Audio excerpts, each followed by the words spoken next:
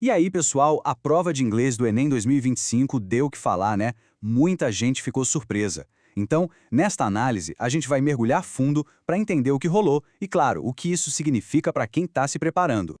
Bom, vamos direto ao ponto, aquela pergunta que todo mundo está se fazendo. E aí, a prova de inglês foi fácil ou foi difícil? Essa é a grande questão que ficou no ar, né? E a resposta, acredite se quiser, é os dois. Isso mesmo. A prova foi uma baita mistura, sabe? Um quebra-cabeça com algumas peças bem fáceis de encaixar e outras bem mais complicadas. E para a gente entender bem essa dualidade, essa mistura, nada melhor do que olhar os números. Vamos dar uma olhada na estrutura da prova. Olha só, esse gráfico aqui mostra o cenário perfeitamente. Pensa só, de 5 questões de inglês, 3 delas tinham um vocabulário mais tranquilo, mais acessível. Agora, as outras duas, essas foram o que a gente pode chamar de rebuscadas, sabe? Elas exigiram um conhecimento bem mais a fundo. Beleza, vamos começar pela parte boa, pelo lado mais amigável da prova. O que será que fez a maioria das questões serem mais, digamos, fáceis de resolver? Então, o segredo dessas 3 questões foi o seguinte: um vocabulário mais do dia a dia, mais familiar, sabe? E os textos tinham um contexto bem claro. O foco era entender a ideia geral da mensagem. Isso permitiu que muita gente chegasse na resposta certa, mesmo sem saber o significado de uma ou outra palavra. Ok, agora vamos virar a moeda. Vamos falar daquelas duas questões que, puxa, complicaram a vida de muita gente e fizeram a galera suar frio. O grande ponto aqui foi o tal do vocabulário rebuscado. Sabe o que é isso? São aquelas palavras, aquelas expressões que não são comuns, que a gente não usa todo dia. É o tipo de vocabulário que testa de verdade o repertório de quem está ali fazendo a prova. Pois é, nessas questões não adiantava só ter o inglês básico. Era preciso ter um vocabulário mais parrudo, mais avançado mesmo, para conseguir decifrar textos com temas bem mais profundos e pegar os detalhes, as sutilezas da interpretação. Foi um teste de profundidade, não só de fluência, entende? Então, a moral da história é a seguinte: é super importante entender essa estrutura dupla da prova.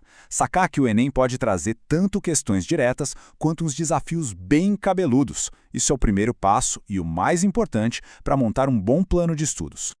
Aliás, se essa análise está ajudando a clarear as ideias, fica aqui o convite. Se inscreve lá no canal do YouTube do APA News BR. A gente está sempre trazendo esses mergulhos mais a fundo para fortalecer a preparação de todo mundo.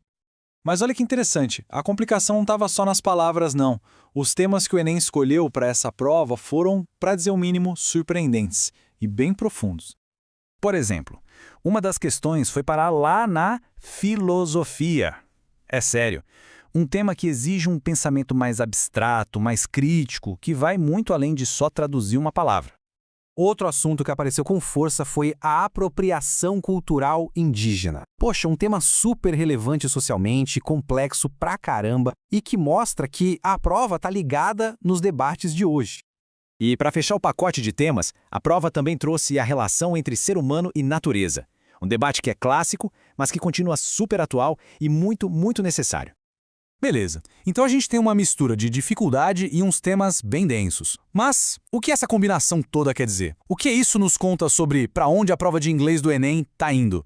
A lição aqui é bem clara, né? A preparação precisa ir muito além do vocabulário básico. É fundamental treinar com temas atuais, temas complexos, desenvolver uma interpretação de texto mais crítica e, o mais importante, estar preparado para a interdisciplinaridade. Porque, olha, inglês no Enem não é mais só sobre inglês. E não é só achismo não, essa percepção é confirmada por especialistas. Se liga nessa fala de uma professora do cursinho Objetivo que saiu no Portal Terra. Ela disse que a prova de inglês teve nível mais difícil e profundo do que em anos anteriores. Ou seja, parece que é uma tendência que veio para ficar. Bom, vamos agora para a nossa reflexão final. Tentar entender como tudo isso que a gente viu aponta para uma cara nova, uma nova identidade do exame. Juntando todas as peças, fica uma pergunta no ar, uma pergunta bem grande. Será que o Enem está se transformando, deixando de ser uma prova só técnica sobre a língua para virar uma avaliação da capacidade de interpretar o mundo usando o inglês como ferramenta? É uma ideia bem forte para a gente pensar, né? Pois é quase uma mudança de paradigma. E para continuar por dentro dessas tendências e para receber mais análises como essa que a gente fez hoje, não esquece de se inscrever no canal do YouTube Opa News BR, combinado? A gente se vê na próxima.